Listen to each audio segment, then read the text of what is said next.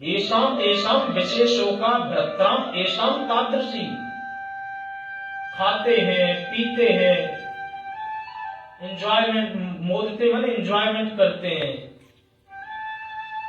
है ना, सुअर, खरगोश, कुत्ता आदि जीवों को गिनाया है। ये भी सब कर लेते हैं, या कोई भी जीव वो भी सब कर लेते हैं। अगर वो ही हमने भी सीख लिया तो उनमें और हमें क्या विशेषता रही। मनुष्य के पास में भगवान ने प्रखर बुद्धि दी है, सोचने समझने का उसको अधिकार दिया है, और सबसे बड़ी बात है कि उसको भक्ति प्राप्त प्रदान की है। भक्ति ऐसी प्रदान की है कि वो व्यक्ति यदि चाहे तो भक्ति से अपनी मुक्ति का मार्ग ढूंढ सकता है। यदि कोई जीव जंतु चाहे कि मैं फटाफट भक्ति करके अपनी मुक्ति का मार्ग ढूंढ लूं, तो ये किसी भी जीव को संभव नहीं है। ये केवल और केवल मनुष्य के ऊपर ही भगवान ने कृपा की है। दुर्लभ मानुष देह है, मिले न बारंबार, फिर भी भूले पड़े। जब मनुष्य देह इतनी दुर्लभ है तो हम क्यों नहीं इसका ध्यान देते हैं। बाद बाकी आपको प्रत्येक चीजें आपके कर्मों के हिसाब से, आपके प्रारब्ध के हिसाब से मिल ही जाएगी। सर्वत्र लभ्यते दैवात् यथा दुख मयत्नता। कोई भी संसार में व्यक्ति दुख के लिए कोई प्रयत्न नहीं करता है, लेकिन उसके बाद भी उसको दुख होता है। कोई व्यक्ति नहीं ऐसा काम करता है कि हमें दुख हो इसलिए हम ये काम कर रहे हैं। सुख की चाह से सभी काम करते हैं, फिर भी दुख होता है। इससे पता चलता है कि ये प्रारब्ध में ही है।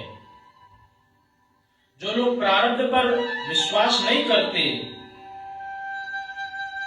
तो वो इस तरीके से विचार करें कि जब हमें बिना दुख के कारण से दुख मिल रहा है तो कहीं ना कहीं पीछे फ्लैशबैक में इसका कुछ ना कुछ जरूर होगा।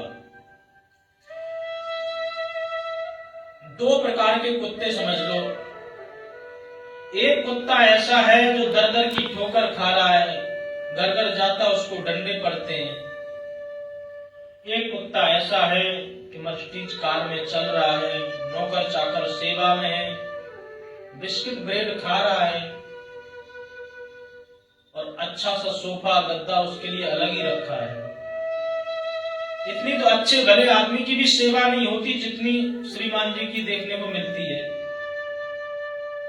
क्या मतलब है कि जरूर ये उसके प्रारब्ध में था और उसके प्रारब्ध में नहीं था। जो दर दर की ठोकर खा रहा है, डंडे पड़ रहे हैं। तो व्यक्ति को जो भी भोग सुविधा सौभाग्य जो मिलना है वो तो उसको मिलकर के ही रहेगा, वो कोई नहीं रोक सकता है। यही प्रश्न उद्धव जी ने भगवान श्री हरि विष्णु भगवान कृष्ण से पूछा कि आपने मनुष्यों पर क्या कृपा की। कर्म के हिसाब से तो उनको फल मिल ही रहा है। तो भगवान कहते हैं हमने उन पर कृपा की। नृदेह माध्यम सुलभम सुदुर्लभम प्लवम सुकल्पम गुरु कर्णधारा नवस्य कूलेन मया नितेन। हमने उन व्यक्तियों को सबसे पहले तो मनुष्य जन्म दे दिया। मनुष्य जन्म देने के बाद में उनको इतनी समझ दे दी कि वो अपने से योग्य व्यक्ति को गुरु रूप में मान करके अपनी गाड़ी को आगे चलाता जाए। और दूसरी कृपा यह है कि जो भी मेरे शरणापन्न होता है, जो भी मेरी भक्ति करता है, या जो भी मुझे अच्छे भाव से बचता है, जिस भाव से जो बचता उसी के लिए भगवान उसी तरीके से दिखते हैं। जो भी जिस भाव से बचता है उसको हम उस भाव से तो दिखते ही हैं। और उसके बाद में मयान कूलेन नभस्य तेरतम। जैसे नाव होता है, नाव यदि पानी में चल रहा हो और चलते चलते उसके यदि विपरीत हवा आ जाए तो नाव की गति बहुत ही स्लो हो जाती है। भगवान कहते हैं कि जो व्यक्ति इस प्रकार के कृत्य करता है, मैं उसको कृपा रूपी हवा उसके अनुकूल चला देता हूं, ताकि उसकी जीवन की गाड़ी सहजता से ही पार हो जाए। तो भगवान ने हम सब पर बहुत उपकार किया है, मनुष्य जन्म दे दिया है, खाने पीने को स्वादिष्ट भोग प्रदान कर दिए हैं, बुद्धि विचार दे दी है, उसके बाद भी हम विचार नहीं करते, क्योंकि ये जो शरीर है, ये हमारा शरीर आज तो है, कल नहीं होगा, लेकिन ये शरीर किसी काम भी नहीं आने वाला है। पशुओं के शरीर का तो कुछ न कुछ बन जाता है, लेकिन मनुष्य के शरीर का कुछ भी नहीं बनता। हाथी के दांत के खिलौने बने भांति भांति, बागन की खाल राजा रावण मन माई है, मृगन की खाल को तो ओढ़ते हैं योगी यति, बकरी की खाल थोड़ा पानी भरे लाई है, गैड़े की खाल को तो बांधत सिपाही लोग, मृगा की खाल मुनि आसने लगाई है, कहे कभी दया राम के भजन बिन, मानुष की खाल कहो किस काम आई है। पशुओं के जूते बने नर का कछु न होए, जो नर की करनी बने नर नारायण सोए। प्रत्येक जीव जंतु का मरने के बाद भी कोई न कोई उपयोग हो जाता है, परंतु हमारा इस मनुष्य शरीर का तो कुछ भी नहीं दिखता है, परंतु साइंस की डेवलपमेंट के कारण थोड़ा सा ये शरीर किसी दूसरे के काम आ जाता है। ऑर्गन डोनेट यदि कर दो तो ये अपना शरीर किसी दूसरे के शरीर में मिल करके उसका थोड़ा सा मार्ग सहज कर देता है, लेकिन अंत में फिर वही गति।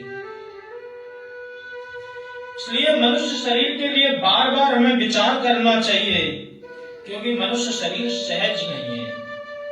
84 लाख योनियां भोगनी पड़ती हैं, उसके बाद में कहीं जाकर के मनुष्य शरीर मिलता है।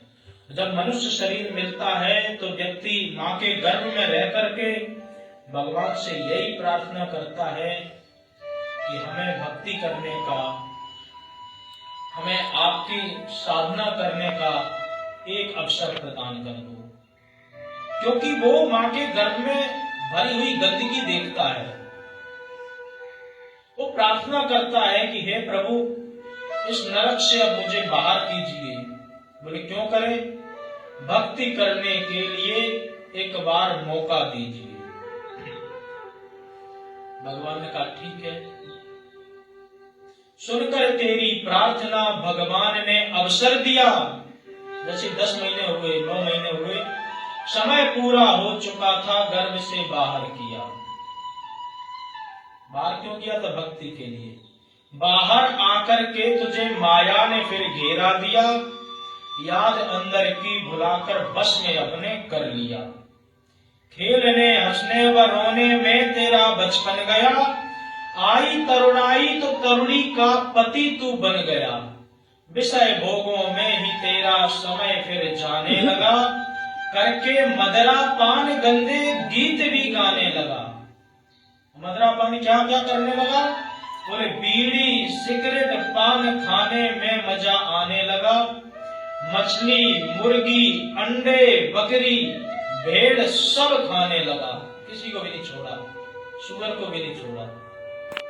भेड़ सब खाने लगा। बन गया कामी व क्रोधी, लोभ मन पर भा गया, लोभ मन पर छा गया। भूल कर बाधा गर्व का, खोटा ही मन को भा गया।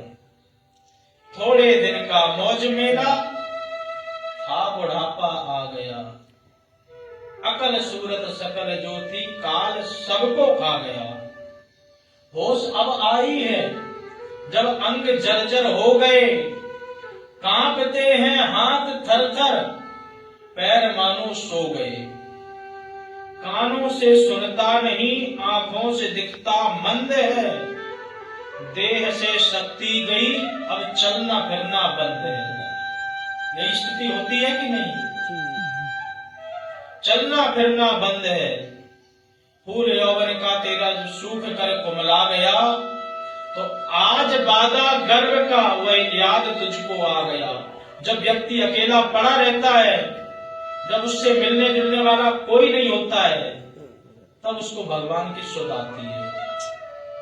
आ गया तो आ गया, उद्धार तो हो जाएगा, किंतु जीवन मुक्ति का आनंद अब नहीं पाएगा। क्यों? क्योंकि देह इंद्रिय से शक्ति सारी अब जाती रही, जल चुका है तेल दीपक खाली अब बाती रही। श्रवण शक्ति ना रही, नहीं मनन अब हो पाएगा, मनन विद्या शन बिना निज रूप कैसे ध्याएगा। समझ में तो आ ही रहा होगा ना, क्योंकि सहजी हिंदी है। मनन विद्या शन बिना निज रूप कैसे ध्याएगा, ध्यान चिंतन के बिना अनुभव न होगा आत्मा, और आत्मा अनुभव बिना कैसे मिले परमात्मा। आत्मा परमात्मा अनुभव में जब नहीं आएगा, कैसे जीवन मुक्त का आनंद फिर तू पाएगा। लेकिन कोई बात नहीं, तुझे याद आ गई थोड़ी सी। परमात्मा कहते हैं हम थोड़ी सी सरलता करते हैं, किंतु ईश्वर की कृपा संतों के आशीर्वाद से भक्ति कर भगवान की बच जाएगा यमराज से। अब भी कर पुरुषार्थ बिगड़ी बात सब बन जाएगी, नाम जप कर साधना की शक्ति तुझ में आएगी। ये साधना क्या करें कुछ तो पता ही नहीं है, क्योंकि बाल्य अवस्था से वृद्धावस्था तक कुछ किया ही नहीं।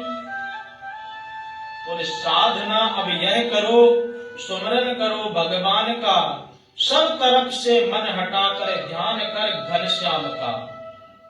त्याग कर चिंता जो अभी तक दिमाग में भरी, ये हमारा बेटा ये बेटी, आज कोई नहीं दिख रहा। त्याग कर चिंता सभी निज रूप का चिंतन करो। अपने आप को मान लो कि सच्चिदानंद रूप में हूं, झूम कर कीर्तन करो। शुद्ध चेतन आत्मा साक्षी स्वयं को मान लो, बोध रूप विशुद्ध निर्मल ज्ञान निज को जान लो। जान रहे तो क्या कैसे जाने?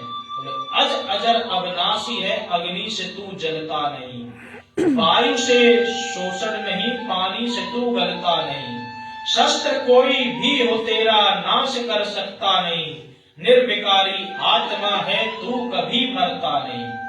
गीता में भी नैनम छिन्दन्ति शस्त्राणि नैनम दहति पावका न चैनम क्लेशयन्ति आपो न शोषयति मारुता। शस्त्र कोई भी हो तेरा नाश कर सकता नहीं, निर्विकारी आत्मा है तू कभी मरता नहीं। तू अजन्मा है निरंजन है, तू ज्ञान स्वरूप है, देह इंद्रिय प्राण मन बुद्धि का साक्षी भूप है। देह जड़ नश्वर विकारी मिथ्या है, दुख रूप है, और देह को मैं मानकर तू बड़ा भवकूप है। देह में हमारी आसक्ति होती है, इसीलिए हम भवकूप में पड़े हैं।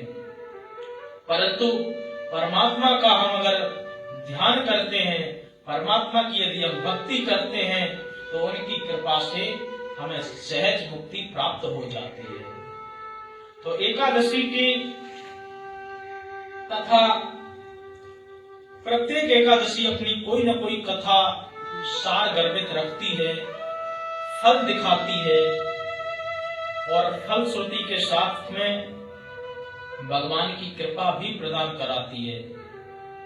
प्रत्येक जीव को चाहिए कि एकादशी का व्रत अवश्य करें। एकादशी का मतलब है 10 और 1 11। वो 10 क्या हैं? बोले 10 इंद्रियां हैं और 1 मन है। जिस दिन भी परमात्मा की 10 इंद्रियों और तथा शुद्ध मन से पूजा पाठ की जाए, अर्चना वंदना की जाए, उसी दिन समझो एकादशी है। बोले रोज नहीं कर सकते हैं तो एक दिन विशेष दे दिया कि आज तो कर लो। एकादशी के दिन व्रत का विशेष महत्व होता है। व्रत में भी सबसे श्रेष्ठ व्रत यह है कि निराहार रहा जाए, कुछ भी न किया जाए, यहां तक कि जल भी न लिया जाए। अगर कोई जल के बिना नहीं रह सकता है बोले जल से रह ले। जल के बाद आता है फल, बोले फल से रह ले। फल के बाद आता है अन्योनिक्त आहारेण अन्योयक्त सवात्र का, मतलब जो अन्न से युक्त नहीं है ऐसे जो आहार है इनका ग्रहण कर ले। उनका ग्रहण करके भी नहीं रहा जाता महाराज, क्या करें? एक टाइम भोजन कर लो, ऐसे भी नहीं रह सकते। कभी किया ही नहीं है, बोले दोनों टाइम भोजन कर लो, चावल को छोड़ दो, क्योंकि चावल पूर्ण अन्न में माना जाता है।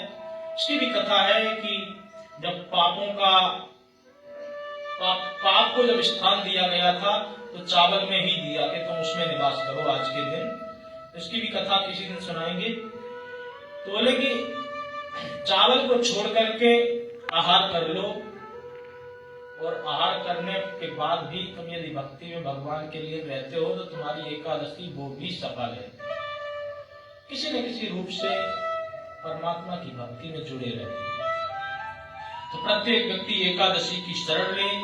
एकादशी में वो सामर्थ्य, वो साहस होता है कि परमात्मा का साक्षात्कार करवाना भी उसके लिए बहुत सहज कर देती है, और साथ ही साथ भुक्ति मुक्ति प्रदान तो करती है, आपके पापों को समन भस्म करके आपको वो पद प्रदान करा देती है जिसकी हम कल्पना भी नहीं करते। बोल एकादशी महारानी की जय, कृष्ण कन्हैया लाल की जय, राजा रामचंद्र भगवान की जय, पवन सुत हनुमान की जय, जगनिया जोता वाली माता तुम्हारी सदा जय, और साचे दरबार की जय। अब आरती की तरफ अग्रसर होते हैं। आरती ले आए, यहाँ करेंगे इसको।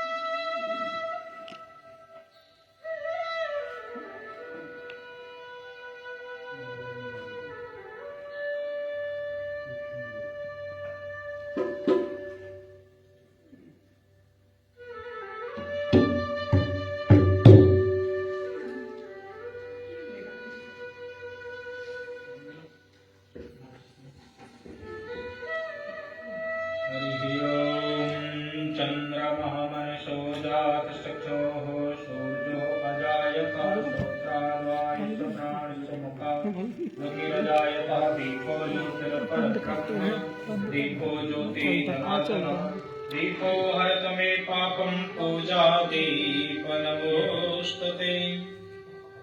श्री बांके बिहारी तेरी आरती गाऊं, हे गिरधारी तेरी आरती गाऊं, आरती गाऊं प्यारे आपको मनाऊं, आरती गाऊं प्यारे आपको मनाऊं। श्री बांके बिहारी तेरी आरती गाऊं, सोरे मुकुट